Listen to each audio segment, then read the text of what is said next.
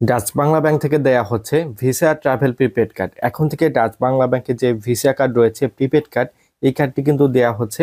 এটা কিন্তু dual currency travel card হিসেবে ব্যবহার হচ্ছে। দেশের বাইরে কিন্তু এই কার্ডটি ব্যবহার করা যাবে।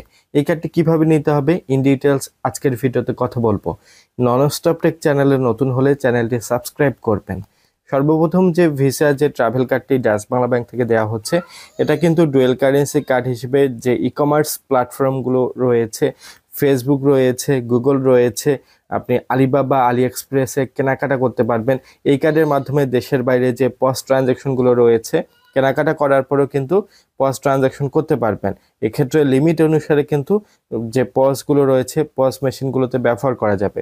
এছাড়াও ডোমেস্টিকভাবে এই কার্ডটি কিন্তু ব্যবহার করা যাবে। দেশের মধ্যে যে পস মেশিনগুলো রয়েছে ডাচ বাংলা ব্যাংকের, অথবা যে মেশিনগুলোতে সাপোর্ট করবে ভিসা নেটওয়ার্কযুক্ত, এই মেশিনগুলোতে কিন্তু ব্যবহার করা যাবে।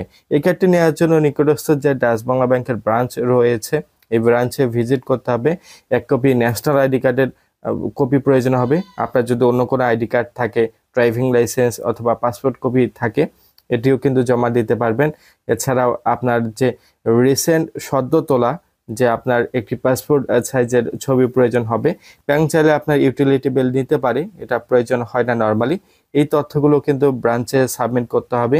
একটি অ্যাপ্লিকেশন ফর্ম রয়েছে, অ্যাপ্লিকেশন ফর্মটি ফিল আপ করে সাবমিট করার পর নর্মালি যে কার্ডটি রয়েছে, কার্ডটি তৈরি হবে হেড অফিস থেকে, যারা যেখানে তৈরি করছে হেড অফিস থেকে। এটা তৈরি করার পর আপনার কার্ডটি হাতে পেতে নর্মালি 7 থেকে 10 কর্মদিবস সময় লাগে, এর বেশিও লাগতে পারে। এটা কিন্তু ব্রাঞ্চের উপরে ডিপেন্ড করবে। ব্রাঞ্চের যদি এটা থাকে তাহলে কিন্তু আপনি খুব দ্রুতই এই কার্ডটি পাবেন।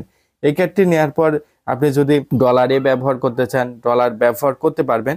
এক্ষেত্রে আপনাকে কার্ডে কিন্তু ডলার লোড করতে হবে। নিকটস্থ যে ব্রাঞ্চ রয়েছে, এই ব্রাঞ্চ থেকে ডলার লোড করতে হবে, তাহলে কিন্তু ডলার ব্যবহার করতে পারবেন। ডলার ব্যবহার করার জন্য কিন্তু আপনার বাধ্যতামূলক পাসপোর্ট থাকতে হবে। পাসপোর্ট কপি সাবমিট করে এন্ডোর্সমেন্ট কমপ্লিট করতে হবে। আপনার $12,000 পর্যন্ত এন্ডোর্স করতে পারবেন। এন্ডোর্স করার পরে কিন্তু আপনি যত ডলার লোড করবেন তত ডলারই ব্যবহার করতে পারবেন। এক্ষেত্রে আপনি বিডিটি পার্টেও কিন্তু ব্যবহার করতে পারবেন।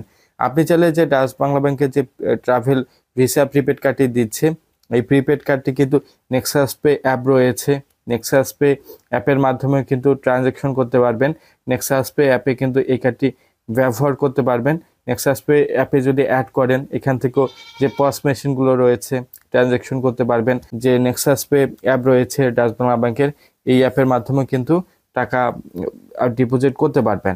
যে কার্ডটি দেওয়া হচ্ছে ট্রাভেল ভিসা প্রিপেড কার্ড, এই কার্ডের মাধ্যমে কিন্তু এনপিএসপি যে নেটওয়ার্কগুলো রয়েছে, এনপিএসপি নেটওয়ার্ক থেকে টাকা উত্তোলন করতে পারবেন। ডাচ বাংলা ব্যাংকের নেটওয়ার্ক থেকে উত্তোলন করতে পারবেন। ভিসা লোগোযুক্ত যে নেটওয়ার্ক রয়েছে, এখান থেকেও কিন্তু টাকা উত্তোলন করতে পারবেন ভিসা এটিএম থেকে। এনপিএসবিতে চার্জ নিচ্ছে কিন্তু 15 টাকা করে, পার ট্রানজাকশনে কিন্তু 15 টাকা চার্জ পে করে কিন্তু টাকা উত্তোলন করা যাচ্ছে। যেহেতু ডাচ বাংলা ব্যাংক থেকে যে কার্ডটি দিচ্ছে, এই কার্ডটি কিন্তু একবারে কিন্তু ফি নিচ্ছে 575 টাকা। আপনি যখন কার্ডটি নেবেন, একবার কিন্তু আপনাকে ফিটা পরিশোধ করতে হচ্ছে 575 টাকা। এরপর আপনি 5 বছর পর্যন্ত এই 575 টাকা পে করে কিন্তু ব্যবহার করতে হচ্ছে। আলাদা করে কিন্তু মেসেজ অ্যালার্ট ফি নেই, আলাদা কোনো যে মেনটেনেন্স কোনো চার্জ নেই। শুধুমাত্র এই 575 টাকা দিয়ে কিন্তু ওভারঅল সব কিছু হচ্ছে। কার্ডটা কিন্তু বারবার আপনি ডিপোজিট করতে ব্যবহার করতে পারবেন 5 বছর পর্যন্ত।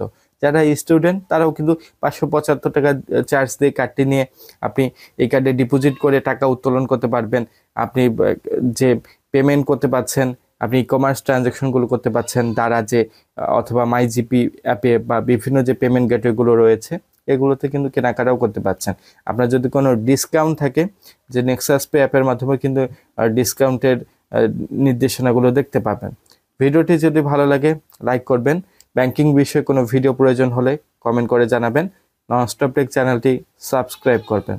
ধন্যবাদ।